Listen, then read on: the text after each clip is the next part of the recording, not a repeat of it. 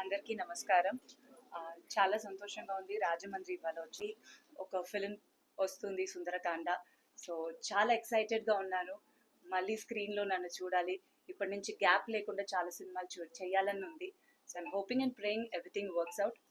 మా టీమ్‌కి చాలా చాలా thanks. First my co actors Rohit.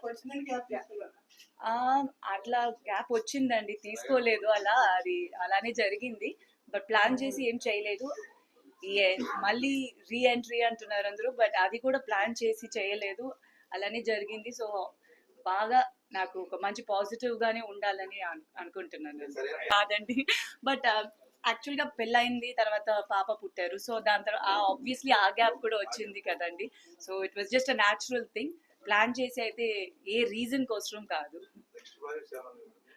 ఒకటి నాగశౌర్య గారితో ఒకటి చేస్తున్నానండి, మిగతా అన్ని తర్వాత అనౌన్స్ చేస్తాను.